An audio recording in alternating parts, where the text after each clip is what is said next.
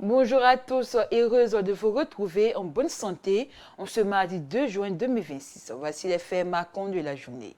Dans la vie de l'Église, le dimanche 31 mai 2026 à l'Assemblée d'Adonai, Yeshua Amashia de Makori à Abidjan en Côte d'Ivoire, les fidèles ont pris part à un culte dominical marqué par l'enseignement de la parole de Dieu. De retour d'un voyage de 10 jours en Turquie, l'ancien bro Alphonse a partagé avec l'Assemblée son expérience spirituelle sur les traces des premiers chrétiens. D'Istanbul à Éphèse, en passant par la Cappadoce et plusieurs des 7 églises de l'Apocalypse, la délégation a découvert des lieux emblématiques de l'histoire du christianisme. Les villes bibliques de Pergame, Thyatire, Sardes, Philadelphie ont notamment été visitées, rappelant le témoignage et les sacrifices des premiers croyants.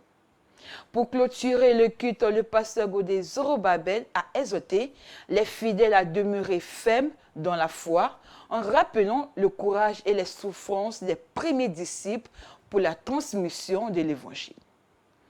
Plus de détails dans le grand journal de ce soir. Dans l'actualité du message, le tabernacle La Voix de la Résurrection de Gonzagueville a accueilli du 22 au 24 mai 2026 son traditionnel réveil de Pentecôte. Durant 3 jours, les fidèles sont venus nombreux pour vivre des moments de louange, d'adoration et d'enseignement de la parole de Dieu. Plusieurs serviteurs de Dieu ont pris part à cette édition marquée par une forte mobilisation.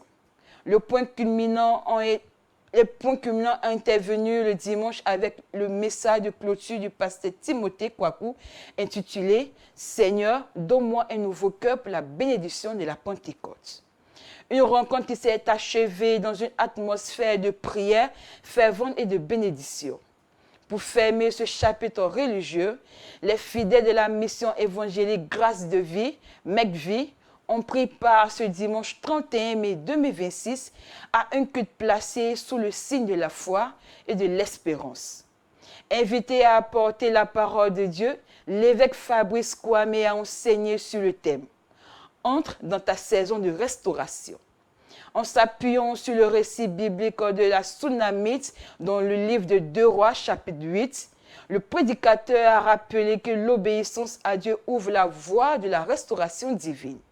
Il a souligné que le Seigneur est capable de restaurer les années perdues, de redonner les opportunités manquées et de restituer ce qui a perdu. Un message qui a fortifié la foi des fidèles et ravivé leur espérance en la présence restauratrice de Dieu. L'actualité se poursuit au plan national. La Côte d'Ivoire poursuit le renforcement de ses infrastructures hydrauliques afin d'améliorer l'accès d'eau potable.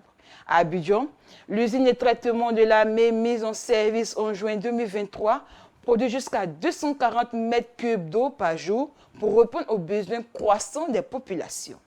À Grand Laou, une nouvelle usine a doublé la production avec 350 mètres cubes par jour. À San Pedro, une station produisant de 11 000 mètres cubes d'eau par jour a permis de faire passer le taux d'accès à l'eau potable de 41% à 94%. À Boisflé, une usine opérationnelle depuis août 2024 produit plus de 8 000 mètres cubes quotidiennement.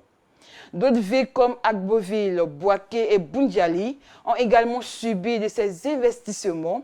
Selon le bilan gouvernemental 2011-2025, le taux national d'accès à l'eau potable est passé de 50% à 80%. Cap maintenant à l'international. Au Soudan, la guerre civile qui oppose les forces armées soudanaises aux forces de soutien rapide entre dans sa 4e année. Les communautés chrétiennes minoritaires dans le pays continuent de subir de graves conséquences. À Oudoumans, plusieurs églises servant de refuge ont été attaquées et pillées, contraignant de nombreuses familles à fuir. Des fidèles ont perdu la vie, tandis que d'autres vivent dans des conditions précaires ou dans des camps de refuge déplacés. Malgré les violences, les pertes et les traumatismes, de nombreux chrétiens restent attachés à leur foi et continuent les actions de solidarité et d'assistance auprès des populations touchées par le conflit. Ainsi prend fin ce flash d'informations sur Yeshua TV. Merci pour votre fidèle attention. Excellent suite de programme à tous. Shalom.